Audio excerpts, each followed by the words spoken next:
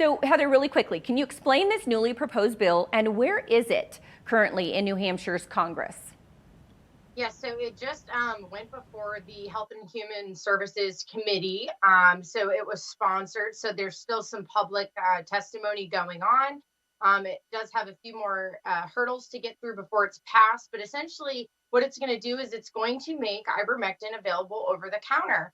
And you had an incredible published doctor testify in support of this bill yesterday, Dr. Paul Merrick. And his testimony was really what we've been hearing for the last year from all the doctors that we've been interviewing and having on this network, saying that if ivermectin had been rolled out sooner as an early at home prophylactic treatment for COVID, we would have hundreds of thousands of less deaths. Today we're going to be talking about ivermectin. So ivermectin is a drug which has been dispensed 3.7 billion times. It's changed the face of parasitic diseases on this planet. It's probably the second most important drug ever invented.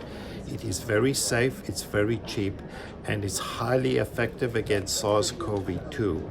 And if this drug had been used more widely in this country, it could have saved hundreds of thousands of lives. And we know that that's what's happened in many other countries across the world, that ivermectin is a life-saving drug for SARS-CoV-2, and it's probably one of the safest medications on this planet. And what is your take on why there's been such a pushback against the use of ivermectin?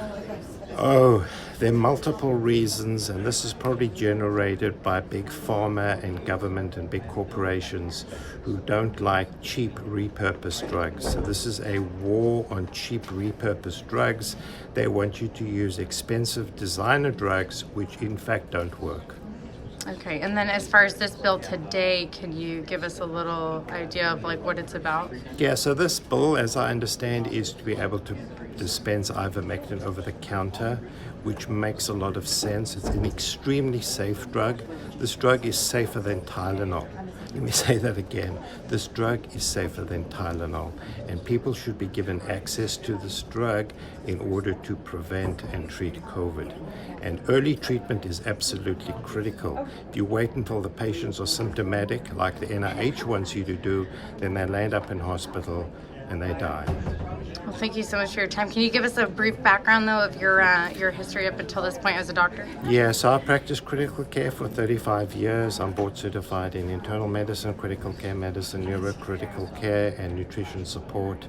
I've published over 600 papers in peer-reviewed journals, and I've treated